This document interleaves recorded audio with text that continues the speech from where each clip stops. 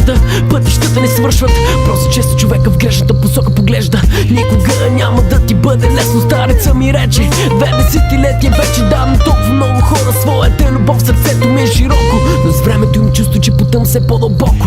Знам, че тия думи не са думите, които хората искат да чуят. Знам, че това не е музиката, на която искат да танцуват, но аз не ги питам, така го чувствам. Това е моя ритъм, моят танц, длъжен съм да опитам. Те, които с пълни шепи грабят всеки шанс, и тия, които наричаме щастливци, как да го обясня на всички страхливци?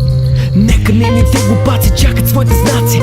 Аз съм проповедник, който ти казва да изживееш всеки миг от усмивката до неочаквания към шик.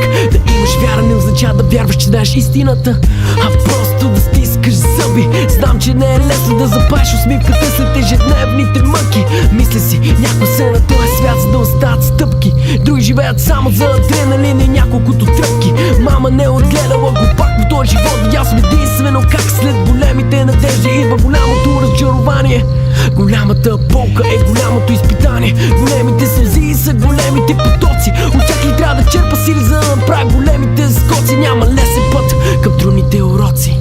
Момиче, научих всичко това след като сърцето ми бе разбито от теб.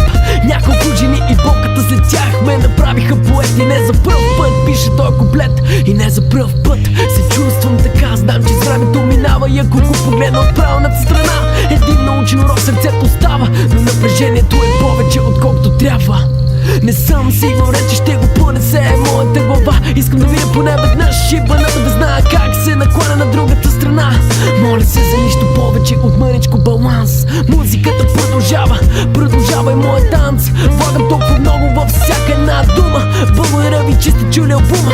Съжалявам, ако съм накарал някой да наведе глава. Всъщност моята мечта е един ден да вдигна всички обратно на крака.